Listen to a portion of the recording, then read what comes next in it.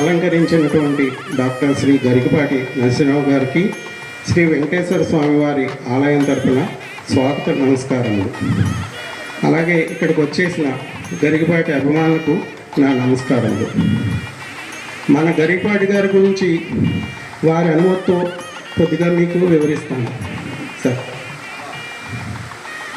కిరీటి పద్యధారణలో ప్రపంచ రికార్డు స్థాపించిన డాక్టర్ గరికపాటి నరసింహరావు గారు పద్మశ్రీ పురస్కార గ్రహీత.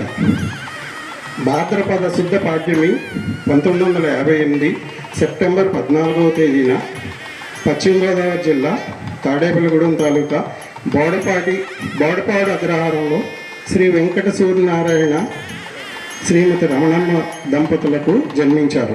ఎంఫిల్ పిహెచ్డి చేశారు.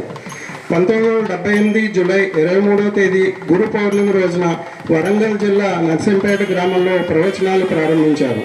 1992 సంవత్సరంలో విజయదశమి రోజున అవధాన రంగంలోకి ప్రవేశించి ఇప్పటి వరకు 325 అష్టావధానాలు, 10 శతావధానాలు,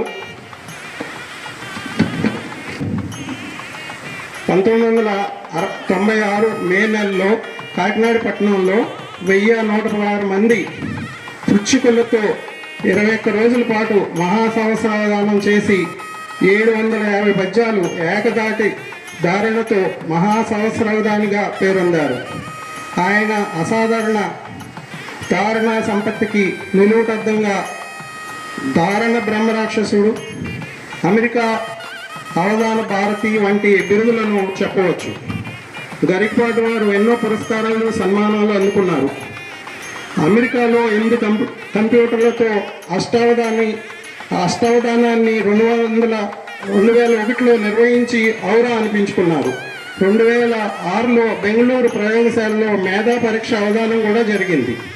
సాగర్ ఘోష, వ్యక్తిత్వ దీపం, వైకుంఠపాలి, ఇష్టదైవం, అవధాన శతకం వంటి ఎన్నో పుస్తకాలు రచించారు. యూట్యూబ్, ఫేస్బుక్, ఇన్స్టాగ్రామ్స్ వంటి మాధ్యమాలలో ప్రసంగాలు అందుబాటులో ఉంచి భవిష్యత్తు తరాలకు కూడా ఉపయోగపడే రీతిలో కృషి చేస్తున్నారు.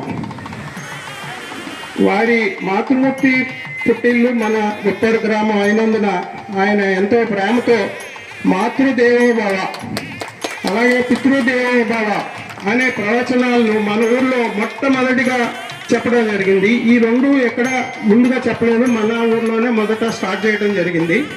అదే ప్రేమతో ఈరోజు కూడా మొదటగా భారత సావిత్రి అనే ప్రవచనం మొదటగా ఫస్ట్ మన ఊరిలోనే స్టార్ట్ చేద్దామని తలంపుతో మన ఊరి మీద ఉన్న ప్రేమతో మనకి ఈ అవకాశం ఇచ్చినటువంటి మన డాక్టర్ గరికపాటి నరసింహరావుకి మనందరి తరఫున, మన ఊరి తరఫున ధన్యవాదాలు తెలుపుకుంటున్నాం.